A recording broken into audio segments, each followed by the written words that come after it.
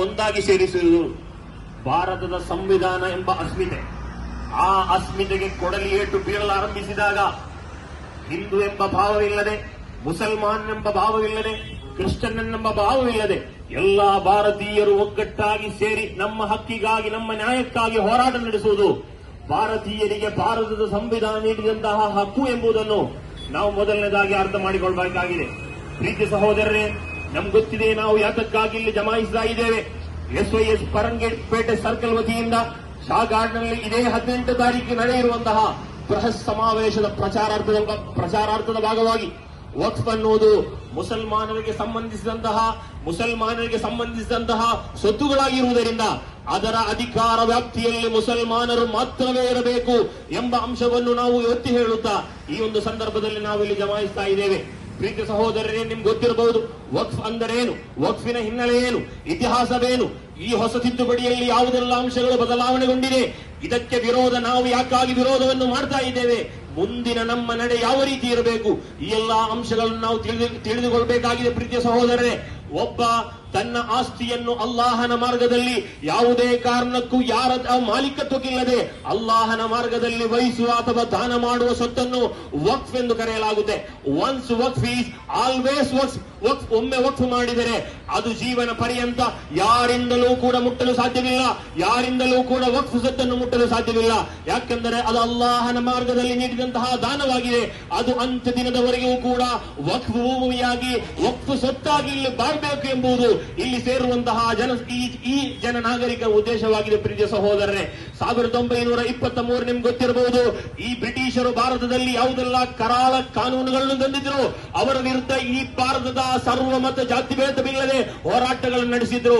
ಆದರೆ 1923ರಲ್ಲಿ ಭಾರತಕ್ಕೆ ಆಕ್ಟ್ ಮೂಲಕ ಮುಸಲ್ಮಾನ್ ವಕ್ಫ್ ಆಕ್ಟ್ ಅನ್ನು ಬ್ರಿಟಿಷರು ವೈಸರಾಯಿಗಳು ಪರಿಶೀಲಿಸಿದಂತಹ ಸಂದರ್ಭದಲ್ಲಿ ಎಲ್ಲದರ ವಿರುದ್ಧ ಹೋರಾಡಿದ ಭಾರತೀಯರು ಅಂದು ಹೋರಾಡಿಲ್ಲ.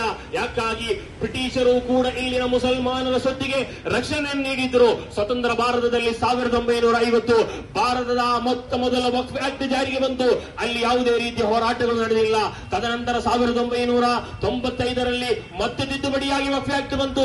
ಇಲ್ಲಿ ಹೋರಾಟಗಳು ಕಾಣಲಿಲ್ಲ, ಯಾರೂ ಕೂಡ ಬೀದಿಗೆ ಬರಲಿಲ್ಲ. 2013ರಲ್ಲಿ ಮತ್ತೆ ವಕ್ಫ್ ಆಕ್ಟ್ ತಿದ್ದುಪಡಿಗೆ ಒಳಗಾಯಿತು, ಯಾರೂ ಕೂಡ ಬೀದಿಗೆ ಬರಲಿಲ್ಲ. 2024ರಲ್ಲಿ ವಕ್ಫ್ ಆಕ್ಟ್ ತಿದ್ದುಪಡಿಗೆ ಒಳಗಾದ ಸಂದರ್ಭದಲ್ಲಿ ಯಾತಕ್ಕಾಗಿ ನಾವು ಬೀದಿಗೆ ಬರ್ತಾ ಇದ್ದೇವೆ ಎಂಬ ಅಂಶವನ್ನು ನಾವು ಅರ್ಥ ಮಾಡಿಕೊಳ್ಬೇಕು. ಪ್ರೀತಿಯ ಸಹೋದರರೇ, ಮುಸಲ್ಮಾನರ ವಿಚಾರಗಳಲ್ಲಿ ಪ್ರತಿಯೊಂದು ವಿಚಾರಗಳಲ್ಲೂ ಕೂಡ ಮೂಗು ತೋರಿಸಿಕೊಂಡು ಬರುತ್ತಾ ಕೊನೆಯದಾಗಿ ಶರೀಯತ್ ವಿಚಾರದಲ್ಲೂ ಮೂಗು ತೋರಿಸುವಂತಹ ಸಂದರ್ಭದಲ್ಲಿ ಫ್ಯಾಸಿಸ್ಟ್ ಶಕ್ತಿಗಳ ವಿರುದ್ಧ ಅತ್ಯಂತ ಸುಂದರವಾಗಿ, ಅತ್ಯಂತ ಸ್ಪಷ್ಟವಾಗಿ ನಮಗೆ ಹೇಳಕ್ಕಿರುವುದು, ಹಿಜಾಬ್ ವಿವಾದಗಳಲ್ಲಿ ನಡೆಯಿತು, ಟ್ರಿಪಲ್ ತಲಾಕ್ ವಿವಾದಗಳು ನಡೆಯಿತು, ಎಲ್ಲವೂ ಕೂಡ ಮುಸಲ್ಮಾನರ ಆಂತರಿಕ ವಿಚಾರದ ಬಗ್ಗೆ. ಆದ್ದರಿಂದ ವಕ್ಫ್ ಆಕ್ಟ್ ತಿದ್ದುಪಡಿಗಳನ್ನು ಜಾರಿಗೆ ತರುವುದು ಯಾವುದೇ ರೀತಿಯ ಮುಸಲ್ಮಾನರಿಗೆ ಉಪಕಾರವಾಗಲಿ, ಸಹಾಯವಾಗಲಿ ಎಂಬ ಉದ್ದೇಶ ಖಂಡಿತವಾಗಿಯೂ ಇಲ್ಲ. ಮುಸಲ್ಮಾನರಿಗೆ ಬೇಕಾಗಿ ಮೊಸಲ ಕಣ್ಣೀರನ್ನು ಇಳಿಸುವ ಅಧಿಕಾರವು ಅಥವಾ ಅದಕ್ಕೆ ಬೇಕಾಗಿ ಯಾವುದೇ ರೀತಿಯ ಟ್ರೈಗಳನ್ನು ಮಾಡಬೇಕಾಗಿಲ್ಲ. ಮುಸಲ್ಮಾನರಿಗೆ ಈ ಭಾರತದ ಸಂವಿಧಾನವಿದೆ, ಇಲ್ಲಿನ ಕಾನೂನಿದೆ, ಅದರ ಪ್ರಕಾರ ಹೋರಾಟಗಳು ನಡೆಸಲು, ಅದರ ಪ್ರಕಾರ ಪ್ರತಿಭಟನೆಗಳು ನಡೆಸಲು ಈ ಭಾರತದ ಮುಸಲ್ಮಾನರಿಗೆ, ಪ್ರಜ್ಞಾವಂತರಾದ ಮುಸಲ್ಮಾನರಿಗೆ ಗೊತ್ತಿದೆ ಎಂಬ ಅಂಶವನ್ನು ನಾವು ಅರ್ಥ ಮಾಡಿಕೊಳ್ಬೇಕು. ಪ್ರೀತಿಯ ಸಹೋದರರೇ, ಇದು ಯಾವುದರ ಹುನ್ನಾರವಲ್ಲ. ಹಿಂದೂ ಮುಸಲ್ಮಾನ್ ಎಂಬ ಭೇದ ಭಾವವಿಲ್ಲದೆ ಭಾರತವನ್ನು ಒಟ್ಟಾಗಿ ಸ್ವಾತಂತ್ರ್ಯ ಪಡೆದ ನಾವು ಹಿಂದೂ ಮುಸಲ್ಮಾನ್ ಹೆಸರಿನಲ್ಲಿ ಬ್ರಿಟಿಷರು ನಡೆಸಿದಂತಹ ವಿಭಜನೆಯನ್ನು ಮಾಡಿ ತನ್ನ ರಾಜಕೀಯ ಬೇಳೆಯನ್ನು ಬೇಯಿಸುವುದರ ಹುನ್ನಾರ ಮಾತ್ರವಾಗಿದೆ ಎಂಬುದನ್ನು ಈ ನಾಡಿನ ಪ್ರಜ್ಞಾವಂತ ಮತದಾರರು ಅರ್ಥ ಮಾಡಿಕೊಳ್ಳಬೇಕು. ಈ ನಾಡಿನ ಕಿರಣನು, ಈ ನಾಡಿನ ರಜ್ಜಾಕನು, ಈ ನಾಡಿನ ಜೋಸಫನು ಒಂದಾಗಿ ಬದುಕಿದ್ದರೆ ಮಾತ್ರ ಈ ಭಾರತವಾಗಿ ಉಳಿದುಕೊಳ್ಳುತ್ತದೆ. ರಾಷ್ಟ್ರಕವಿ ಕುವೆಂಪುರವರು ಹೇಳಿದ ಮಾತು ನಿಮ್ಗೆ ಗೊತ್ತಿದೆ, ಸರ್ವ ಜನಾಂಗದ ಶಾಂತಿಯ ತೋಟ, ರಸಿಗಳ ಕಂಗಳ ಸೆಳೆಯುವ ನೋಟ, ಹಿಂದೂ ಕ್ರೈಸ್ತ ಮುಸಲ್ಮಾನ, ಪಾರಸೀಕ ಜೈನದ ಉದ್ಯಾನ. ಮುಸಲ್ಮಾನನು ಮುಸಲ್ಮಾನಾಗಿ ಬದುಕಿದಾಗ, ಹಿಂದುವಾಗಿ ಬದುಕಿದಾಗ, ಕ್ರಿಶ್ಚಿಯನ್ನನಾಗಿ ಬದುಕಿದಾಗ ಭಾರತವಾಗಿರುತ್ತದೆ.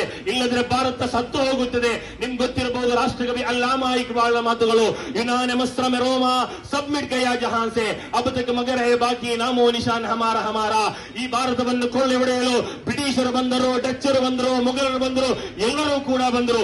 ಅವರೆಲ್ಲರ ಸಂಸ್ಕೃತಿಗಳು ಈ ಕಾಲಗರ್ಭದಲ್ಲಿ ಇಲ್ಲಿ ಹೂತು ಹೋಗಿದ್ದರೆ ಇಲ್ಲಿ ಉಳಿದಿರುವುದು ಭಾರತವೆಂಬ ಸಂಸ್ಕೃತಿ ಮಾತ್ರ.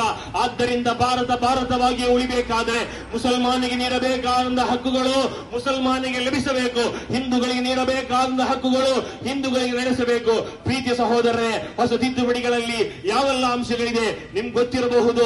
ಬಾಬರಿ ಮಸೀದಿ ವಿವಾದ ನಿಮ್ಗೆ ಗೊತ್ತಿರಬಹುದು. ಹೊಸ ತಿದ್ದುಪಡಿಯಲ್ಲಿ ವಕ್ಫ್ ಆಲ್ವೇಸ್ ವಕ್ಫ್ ಎಂಬ ಅಂಶವನ್ನು ಅಥವಾ ವಕ್ಫ್ ಬೈ ಯೂಸರ್ ಎಂಬ ಅಂಶವನ್ನು ಈ ಹೊಸ ತಿದ್ದುಪಡಿ ಇಲ್ಲದೆ ಮಾಡಿದೆ.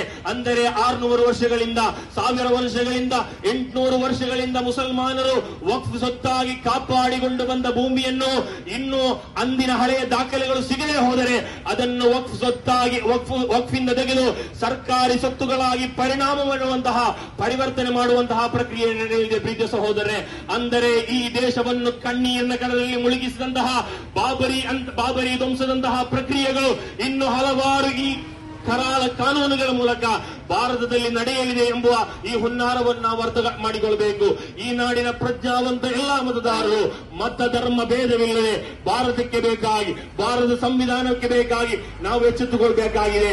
ಇಂದು ಮುಸಲ್ಮಾನರಿಗೆ ಅವರ ಯಾರಪ್ಪನ ಸೊತ್ತು ಅಲ್ಲ, ಅವರ ತಾತಂದಿರು, ಅವರ ಮುತ್ತಾತಂದಿರು, ಅವರ ಅಜ್ಜಂದಿರು, ಪಿಜ್ಜಂದಿರು ನೀಡಿದಂತಹ ಸೊತ್ತುಗಳನ್ನು, ದಾನವಾಗಿ ನೀಡಿದಂತಹ ಸೊತ್ತುಗಳನ್ನು ಇಂದು ಹಿಂದಕ್ಕೆ ಪಡೆಯುವುದಾದರೆ ಸರ್ಕಾರವೇ ದಲಿತರಿಗೆ ದಾನ ಮಾಡಿದಂತಹ ಕೆಲವೊಂದು ಪ್ರದೇಶಗಳಿದೆ, ಅದನ್ನು ಬರುವ ಕಾಲದಲ್ಲಿ ಹಿಂದುಗಡೆ ಪಡೆಯುವಂತಹ ಹುನ್ನಾರಗಳು ಅತ್ಯಂತ ವ್ಯವಸ್ಥಿತವಾಗಿ ಷಡ್ಯಂತ್ರದಿಂದ ನಡೆಯುತ್ತಾ ಇದೆ ಎಂಬ ಅಂಶವನ್ನು ನಾವು ಅರ್ಥ ಮಾಡಿಕೊಳ್ಬೇಕು.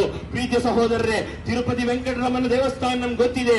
ಅಲ್ಲಿ ಅದರ ಆಡಳಿತ ವಿಭಾಗದಲ್ಲಿ ಹಿಂದೂ ಏತರರಿಗೆ ಅವಕಾಶವನ್ನು ನೀಡಬೇಕೆಂಬ ಚರ್ಚೆಗಳು ಬಂದಾಗ ಈ ದೇಶದ ಮುಸಲ್ಮಾನರೆಲ್ಲರೂ ಕೂಡ ಹೇಳಿದಂತಹ ಒಂದು ಮಾತಿದೆ, ಅವರ ಆರಾಧನೆ ದೈವಾಲಯಗಳಲ್ಲಿ ಹಿಂದೂಗಳಿಗೆ ಮಾತ್ರ ಅವಕಾಶವನ್ನು ನೀಡಬೇಕು.